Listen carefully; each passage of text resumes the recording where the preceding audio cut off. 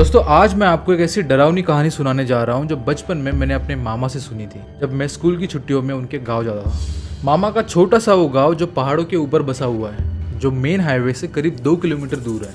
आज से 20 साल पहले हाईवे पर उतर के वहाँ से गाँव के लिए चल के जाना पड़ता था एक भूतिया रास्ते से, जिसको गाँव वाले बुलाते थे पांदी या फिर पनादी। इस रास्ते पर रात के समय में ना कोई लाइट होती थी ना ही कोई इंसान, और रास्ते के दोनों तरफ बस घना जंगल। इस रास्ते से रात के 8 बजे के बाद जाना बिल्कुल मना था, क्योंकि यहाँ पे बहुत सारे हादसे हुए थे। उनमें से एक हादसा मैं आपको सुनाने जा रहा हूँ। एक बार हुआ ये था कि गांव के ही एक शख्स सोमला चाचा, जिन्हें काम की वजह से घर लौटने में रात को देर हो गई और रात के 12 बज चुके थे।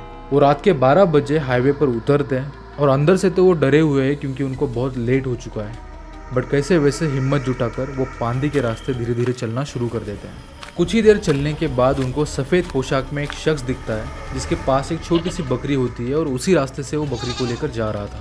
कुछ देर उस शख्स के साथ बात करने पे पता चलता है कि वो बकरी सोमला चाचा के गांव की बकरी थी जो खो चुकी थी। वो शख्स सोमला चाचा को वो बकरी थमा देता है और एक दूसरे रास्ते से वो चला जाता है। ये छोटी सी बकरी अपने कंधे पे उठाकर सोमला चाचा धीरे धीरे चलने लग जाते हैं और कुछ देर चलने के बाद उन्हें रियलाइज होता है कि उनके कंधे पर वेट धीरे धीरे बढ़ रहा है। हाफते हाफते उस बकरी को नीचे उतार कर देखते हैं तो पता चलता है कि ये तो बकरी है ही नहीं, बल्कि एक छोटा सा भैंस का बछड़ा है जो बकरी से काफी बड़ा होता है। उन्हें लगता है कि शायद अंधेरे में देखने में गलती हो गई हो और बकरी नहीं भैंस का बछड़ा ही होगा, इसलिए वो भैंस के बछड़े को कंधे पे उठाकर फिर से गांव की ओर चलना शुरू कर देते हैं। कुछ देर चलने के बाद उनके कंधे पर वजन इतना बढ़ जाता है कि वो एक भी कदम आगे नहीं ले पाते और फिर तंग आकर वो भैंस के बछड़े को नीचे जोर से पटक देते हैं। उसके बाद जो उन्होंने देखा वो देखकर सोमला चाचा वहीं पर बेहोश हो जाते हैं और नीचे गिर जाते हैं, क्योंकि जिस चीज को उन्होंने उठाया था ना ही वो छोटी सी बकरी थी ना ही वो भैंस का बछड़ा था, बल्कि वो एक पिशाचिनी थी जो धीरे धीरे अपना रूप बदल रही थी। नीचे पटकने के बाद ही पिशाचिनी वहां से भागकर जंगलों में चली जाती है और गायब हो जाती है। कहा जाता है कि जिस जगह पर सोमला चाचा ने उस पिशाचिनी को पटका था वो गाँव की सीमा के अंदर आती है